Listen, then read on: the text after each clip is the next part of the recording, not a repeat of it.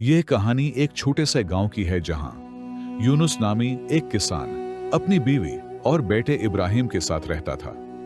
इनके पास कुछ जमीन थी जिस पर वो सब्जियां उगाते और बाजार में बेचकर गुजर बसर करते थे। सर्दियों के दिन थे। यूनुस और इब्राहिम सुबह से शाम तक खेतों में काम करते, सब्जियां काटते और उन्हें बाजार ले जाने के लिए तैयार करते। यूनुस हमेशा सब्जियां लेकर खुद बाजार जाता, क्योंकि उसे लगता था कि इब्राहिम अभी छूटा है और बाजार के सौदों की समझ नहीं रखता। एक दिन यूनुस ने बैलगाड़ी में सब्जियां ला दी और बाजार की तरफ रवाना हुआ। वहां जाकर उसने गाड़ी खड़ी की और ग्राहकों का इंतजार करने लगा। कुछ देर बाद एक सरदार वहां से गुजरा। उसे याद आया कि उसकी बीवी ने आज सब्जियों से खाना बनाने को कहा था। वो यूनुस के पास आया और बोला, भाई, क्या बेच रहे हो? यूनुस ने खुश होकर जवाब दिया, जनाब, आज ही ताजा सब्जियां काटी हैं, आप चाहें तो सस्ते दामों दे दूंगा। सरदार को यूनुस बहुत सीधा सादा और भूला लगा। उसने कहा, ये पूरी गाड़ी की सब्जियां कितने में दोगे? यूनुस खुश हो गया कि उसे इंतजार नहीं करना पड़ेगा। उसने कहा, 500 दीनार दे दें, सारा ले जाएं। सरदार ने 500 दीनार निकाले और कहा, इन सब्जियों को मेरे घर तक पहुंचा दो। यूनुस ने सरदार को भी गाड़ी पर बिठा लिया और उसके घर की तरफ चल दिया। जब वो घर पहुंचे तो यूनुस ने कहा, जनाब, जरा जल्दी गाड़ी खाली करवा दें, मुझे घर वापस जाना है। ये सुनकर सरदार मुस्कुरा कर बोला, कौन सी गाड़ी? तुम्हें पूरी गाड़ी के 500 दीनार दे चुका हूं, अब ये सब मेरा माल है। यूनुस हैरत से बोला, जनाब, मैंने सब्जियों के दाम बताए थे, गाड़ी तो मेरी है। सरदार सख्त लहजे में बोला, मैंने पूछा था कि पूरी गाड़ी का क्या दाम है, तुमने खुद कहा 500। अब जबान से फर रहे हो, तुम जैसे लोग वादे के पाबंद नहीं होते। उसने नौकरों को आवाज दी, जिन्होंने यूनुस के कपड़े उतरवाए और उसे घर से धक्के दे कर निकाल दिया। यूनुस जिल्लत और शर्मिंदगी की हालत में सारा दिन जंगल में छिपा रहा। जैसे ही रात हुई, वो अंधेरे में चुपके से अपने घर आया। उसकी हालत देख कर बीवी और बेटा फूरन लपक कर आए, चादर ओढ़ाई और वजह पूछी। यूनुस ने आंसुओं भरी आंखों से सारा वाकया सुनाया, कैसे सरदार ने उसकी सादगी का फायदा उठाया और सिर्फ 500 दीनारों में उसकी इज्जत भी खरीद ली। यूनुस की जबानी सारा वाकया सुनकर इब्राहिम का खून खौल उठा। उसने गुस्से में कहा, अबा जी, कल बाजार में मैं जाऊंगा और इस सरदार से आपकी बेइज्जती का हिसाब भी लूंगा और हमारी बैलगाड़ी भी वापस लाऊंगा। बाप ने बेटे के जज्बात देखे, लेकिन नरमी से समझाया, नहीं बेटा, वो सरदार बहुत चालाक और जालिम है, कहीं तो भी किसी मुसीबत में न पड़ जाए। मगर इब्राहिम ने पुरजोर लहजे में कहा, अबा जी, बस आप मुझे इसका हुलिया बता दें, फिर देखें आपका बेटा कैसे आपकी इज्जत वापस लाता है। यूनुस ने सरदार का मुकम्मल हुलिया इब्राहिम को समझा दिया। अगले दिन सुबह सवेरे इब्राहिम ने पड़ोसी से एक बैलगाड़ी मांगी, उसमें खुद की काटी हुई ताजा सब्जियां रखीं और बाजार का रुख किया।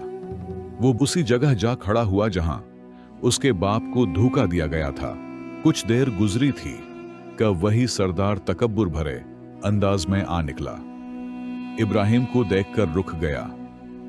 इब्राहिम का मासूम और नर्म लहजा सुनकर सरदार ने दिल में सोचा, कल बाप को बेवकूफ बनाया, आज बेटे की बारी है, ये तो और भी सादा लग रहा है। अब की बार सारी सब्जियां और गाड़ी दोनों हाथ लगेंगे। सरदार इब्राहिम के पास आया और बोला, इस गाड़ी में किया है? इब्राहिम ने नरमी से जवाब दिया, जनाब, ताजा सब्जियां हैं, ऐसी खालिस सब्जियां आपने कभी नहीं खाई होंगी। सरदार ने कहा, तू बताओ, पूरी गाड़ी का क्या दाम लगाया है? इब्राहिम ने मुस्कुरा कर कहा, बस जनाब, एक मुट्ठी भर दीनार दे दें, सौदा आपका। सरदार के चेहरे पर खबीस मुस्कुराहट फैल गई। दिल में सोचा, वाह, ये तो बाप से भी ज्यादा नादान है। एक मिठी में 10 नोट रखकर 100 दीनार दे दूंगा और सारी गाड़ी मेरी हो जाएगी। सरदार बोला, ठीक है भाई, सौदा मंजूर है, मगर पैसे मैं घर जाकर दूंगा, तुम बस गाड़ी मेरे घर पहुंचा दो। इब्राहिम खामोशी से तैयार हो गया। जब वो सरदार के घर पहुंचे, सरदार ने गाड़ी अंदर खड़ी करवाई, फिर जेब से 10 के 10 नोट निकालकर अपनी मुट्ठी में दबाए और इब्राहिम की तरफ बढ़ाते हुए कहा, ले लो मुट्ठी भर दाम और गाड़ी, यहीं छोड़कर वापस जाओ। यही तय हुआ था ना? इब्राहिम ने तहमुल से कहा, जनाब, दाम तो सब्जियों के लगे थे, गाड़ी मेरे बाप की है, आप मेहरबानी फरमा कर सिर्फ सब्जियां उतरवाएं, गाड़ी मुझे वापस ले जाने दें। सरदार बोला, किया बातें करते हो, तुमने खुद कहा था कि एक मुट्ठी भर दीनारों में सारी गाड़ी दे दूंगे, अब जबान से फर रहे हो।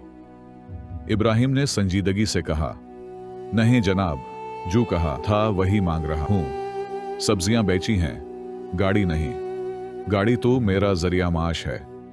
सरदार ने गुस्से से दांत पीसते हुए कहा, अब अगर ज्यादा बात की तो मैं तुम्हें भी तुम्हारे बाप की तरह जलील करके निकाल दूंगा। इब्राहिम ने सरदार की धमकी सुनी तो खामोशी से बोला, अच्छा जनाब, अगर बात ऐसी है तो लाएं वो मुट्ठी भर दाम। सरदार जैसे ही मुट्ठी आगे बढ़ाने लगा, इब्राहिम ने उसका हाथ मजबूती से थाम लिया और जेब से चाकू निकालते हुए कहा, सुने सरदार जी, मैं अपनी गाड़ी आपके पास छोड़ रहा हूं, लेकिन बदले में आपकी ये मुट्ठी साथ ले जा रहा हूं। सरदार कंपने लगा और बोला, यह किया बदतमीजी है, हाथ छोड़ू मेरा। इब्राहिम ने कहा, आपने मेरी पूरी गाड़ी सिर्फ एक मुट्ठी के बदले हड़प ली थी ना, अब यह मुट्ठी मेरी है। चाकू तेज था और इब्राहिम का इरादा पुख्ता। जैसे ही उसने हाथ पर दबाव डाला, सरदार चीख उठा, गड़गड़ाते हुए बोला, खुदा का वास्ता है बेटा, जो चाहिए ले जाओ, बस मुझे छोड़ दो। इब्राहिम ने कहा, पहले वो गाड़ी खाली करो जो कल मेरे बाप यूनुस से छीन ली थी, वो भी वापस दो, और हां, 1000 दीनार माहाना पर अपने घर में नौकरी भी देनी होगी। सरदार के पास कोई रास्ता न बचा। अपनी जान बचाने के लिए हाथ जोड़कर बोला, ठीक है, जैसा तुम कहोगे वैसा ही होगा। इब्राहिम ने चाकू पीछे किया और कहा, अगर तुम अपनी जबान से फरे या नौकरी से निकालने की कोशिश की या तनख्वाह में टाल मटोल की, तो फिर याद रखना, मैं तुम्हारी नाक और कान दोनों काट दूंगा। सरदार ने कांपते हुए सर हिलाया और वादा कर लिया। उसने यूनुस की गाड़ी भी खाली करवा दी, 2000 दीनार सब्जियों के भी दिए और नौकरी की हामी भी भर ली। इब्राहिम 2 बैलगाड़ियां लेकर अपने गांव वापस लौटा। यूनुस दूर से अपने बेटे को आते देखकर खुशी से बेकाबू हो गया। इब्राहिम ने सारी कहानी सुनाई और नौकरी की बात भी बताई। बाप ने फिक्रमंदी से कहा, बेटा, वो सरदार बदला लेने वाला शख्स है, खबरदार, हमेशा होशियार रहना। इब्राहिम ने मुस्कुराकर कहा, अब्बा जी, अगर वो शेर है तो मैं 1.25 शेर हूं, अब आप फिक्र न करें। अगले दिन सुबह इब्राहिम सरदार के घर काम पर पहुंच गया। सरदार ने दिल में सोचा, मैं इसे इतना थकाऊंगा कि खुद ही भाग जाएगा। वो बोला, इब्राहिम, 2 खैयत जूतों, फिर शाम को लकड़ियां भी लाना चूल्हे के लिए। इब्राहिम खामोशी से निकला, खेत की तरफ गया और दिन भर एक पेड़ के नीचे सूता रहा। शाम को उसने हल्के फुल्के 3-4 टिकड़े किए, उन्हें काटकर गट्ठा बनाया, सर पर रखा और वापस आ गया। घर पहुंचकर लकड़ी का गट्ठा फेंका और खामोशी से खाने बैठ गया। सरदार ने नौकर से कहा, इसे 1 मुट्ठी चावल दे दो और 1 चम्मच दाल, यही यहाँ की तनख्वाह है। यहाँ रहना है तो 1 मुट्ठी चावल पर रहो, वरना निकल जाओ। इब्राहिम ने खामोशी से वो चावल खाए, पानी पिया और उठ के अपने कमरे में चल गई। लेकिन रात को भूख ने उसे सोने न दिया। पेट में चूहे दौड़ रहे थे। कुछ देर करवटें बदलता रहा, फिर उठा और बाहर सहन में गाय के बाड़े की तरफ चला गया। वहां जाकर देखा कि एक छोटा सा बछड़ा रस्सी से बंधा हुआ है। इब्राहिम ने चुपके से बछड़े की रस्सी खोली। बछड़ा फौरान अपनी मां के नचे जाकर दूध पीने लगा। जैसे ही बछड़े ने मुना लगाया, गाय के थन में दूध आ गया। इब्राहिम ने मौका गनीमत जाना, बछड़े को दोबारा बांधा और सारा दूध खुद पी गया। पेट भरने के बाद उसने सुकून की नींद सोई। अगली सुबह जब सरदार दूध निकालने गया तो थन बिल्कुल खाली थे। वो हैरान रह गया। अभी वो गाय के करीब झुका ही था कि गाय ने जोर की लात मारी और वो पीछे जा गिरा। ये रोज का मामूल बन गया। इब्राहिम हर रात बछड़े को छोड़ता, गाय दूध देती, वो पीता और दिन भर काम करता रहता। लेकिन वो जिस्मानी तौर पर कमजोर होने के बजाय पहले से भी ज्यादा तंद, रस्त और मजबूत दिखाई देता। सरदार हैरान रह जाता कि इतना फिट कैसे है। उसे क्या खबर थी कि उसकी गाय का सारा दूध इब्राहिम के पेट में जा रहा है। कुछ दिन बाद सरदार की बीवी अपने मायके चली गई। पूरा महीना गुजर गया, वो वापस न आई। सरदार अकेला होकर उदास रहने लगा। आखिरकार उसने फैसला किया कि खुद जाकर अपनी बीवी को वापस लाएगा। उसने इब्राहिम से कहा, इब्राहिम, मेरे साथ चलना है, बीवी को लेने जाना है। सिर्फ एक घोड़ा था, उस पर सरदार खुद बैठा और इब्राहिम को पैदल साथ चलने को कहा। इब्राहिम ने दिल में मुस्कुराया। अच्छा तरीका निकाला है मुझसे जान छड़ाने का। सोचा होगा कि मैं रास्ते में मर जाऊंगा और ये जनाब घोड़े पर आराम से ससुराल पहुंच जाएंगे। अगर तुझे होश ना दिलाई तो मेरा नाम भी इब्राहिम नहीं। कुछ फासले पर जा कर सरदार थक गया। एक पेड़ के नीचे लेटकर आराम करने लगा और इब्राहिम से कहा, जरा घोड़े का ख्याल रखना, मैं जरा आंख लगा रहा हूं। थोड़ी ही देर बाद कुछ सरदारों का काफिला वहां से गुजरा। इब्राहिम ने घोड़ा उन सरदारों को बेच दिया। सौदे के बाद इब्राहिम एक झाड़ी के करीब जाकर बैठ गया। थोड़ी देर बाद सरदार की आंख खुली। उसने इधर उधर नजर दौड़ाई, घोड़ा गायब था। इब्राहिम झाड़ी के पास बैठा था। सरदार गुस्से से बोला, इब्राहिम, मेरा घोड़ा कहां गया? इब्राहिम ने अंतहाई मासूम लहजे में कहा, सरदार जी, घोड़ा ना जाने कहां चला गया। सरदार गुस्से में आ गया। ये क्या मजाक है? सरदार चिल्लाया। इब्राहिम ने नहायत संजीदगी से कहा, सरदार जी, आपने खुद कहा था कि इसका ध्यान रखना। आपने ये थोड़ी कहा था कि अगर वो भागने लगे तो उसे भागने से रोकना। इब्राहिम सरदार के साथ वही चालाकियां कर रहा था जो सरदार ने उसके बाप और उसके साथ करने की कोशिश की थी। सरदार कुछ न कह सका। मजबूरी में उसे इब्राहिम को साथ लेकर आगे बढ़ना पड़ा। रास्ते में एक और बाजार आया। सरदार ने वहां से दूसरे घोड़े खरीदे, इस बार के घोड़े। वो दोनों आगे बढ़ने लगे। ससुराल करीब आ गया था, मगर सरदार भूख से निढाल हो चुका था। सारी रकम घोड़ों पर खर्च हो चुकी थी और खाने पीने का सामान भी खत्म हो चुका था। सरदार एक पेड़ के नीचे बैठा और इब्राहिम से कहा, इब्राहिम, जा मेरे ससुराल इत्तला दे, उनका दामाद आ रहा है। वो लोग खुश होकर मेरे लिए खाने पीने का इंतजाम करेंगे। इब्राहिम रवाना हुआ और जैसे ही वो सरदार के ससुराल पहुंचा, सरदार की सास ने फिक्रमंदी से पूछा, बेटा, हमारे दामाद जी खैरियत से तू हैं?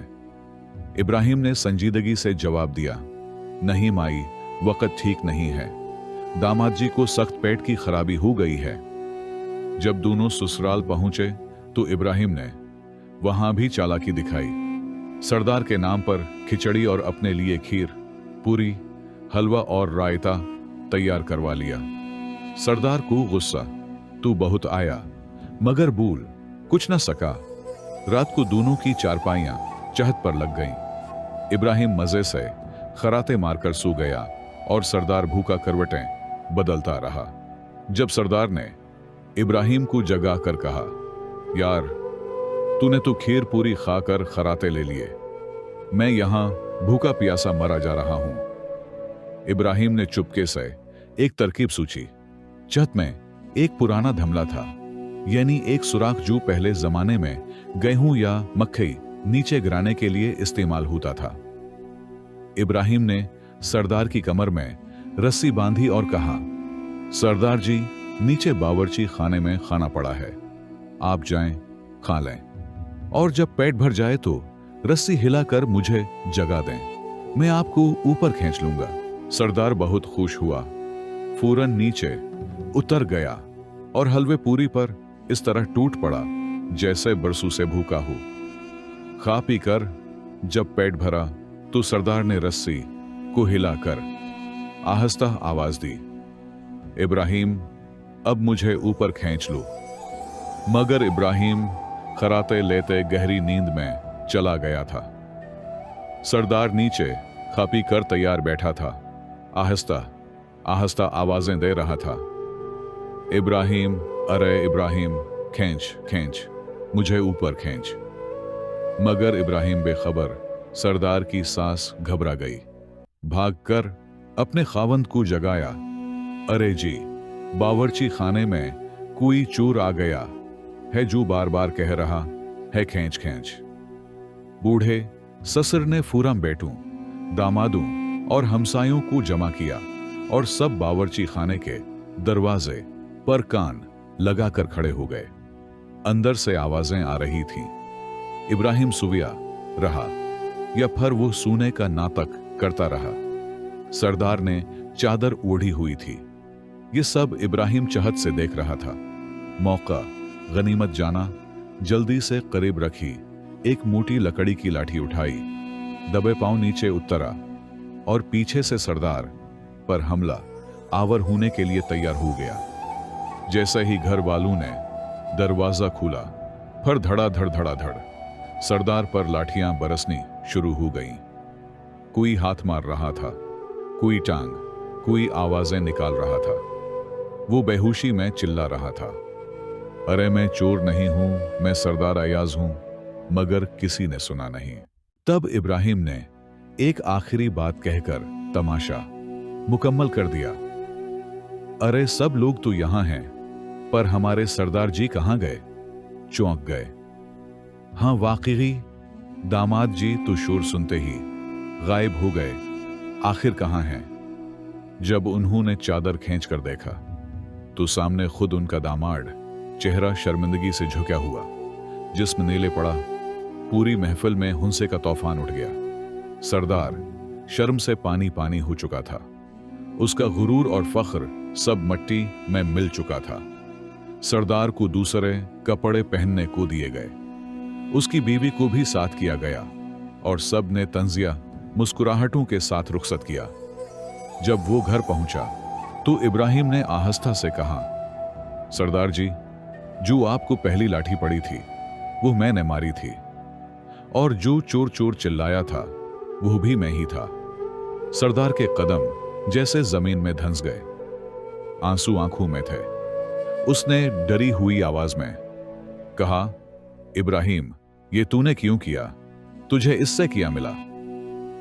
इब्राहिम ने नरमी और अज़्म से जवाब दिया, मुझे वही मिला जो आपने मेरे बूढ़े वालिद यूनुस को नंगा करके जंगल में छोड़कर हासिल किया था। ये उस जिल्लत का बदला था। सरदार की गर्दन झुक गई। इब्राहिम, मुझे माफ कर दे, खुदा के लिए अब तू मेरा पीछा छोड़ दे। इब्राहिम ने संजीदगी से कहा, इतनी आसानी से पीछा नहीं छूटेगा सरदार जी। मेरा आपसे वादा था कि जब आप मुझे नौकरी से निकालेंगे, अपनी नाक कान काटकर मेरे हाथ में रखेंगे। सरदार हाथ जोड़कर गड़गड़ाने लगा, इब्राहिम, नाक का छोड़, जो मांगेगा दूंगा, बस मेरी इज्जत बख्श दे। इब्राहिम ने आखिरी शर्त रखी, वादा करो कि आज के बाद किसी भी गरीब को धोखा नहीं दोगे, किसी का मजाक नहीं उड़ाओगे, और अभी के अभी मेरे हाथ पर 500 दिनार रख दो। सरदार ने फौरन वादा किया। 500 दिनार इब्राहिम के हाथ पर रखे और अपने के पहचतावे के साथ सर झुकाया, खामोश होकर बैठ गया। आखिर में इब्राहिम वापस अपने घर चला गया। सरदार करीमुद्दीन ने सच में जिंदगी भर का सबक सीख लिया। अब वो न किसी को धोखा देता, न गरीब का मजाक उड़ाता। दिल से तौबा की और यूनुस के बेटे से माफी मांगी। जो गरीब को जलील करे, अल्लाह उसे दुनिया में ही रुस्वा कर देता है, और जो सब्र करे, अल्लाह उसे इज्जत, अक्ल और मौका दोनों देता है।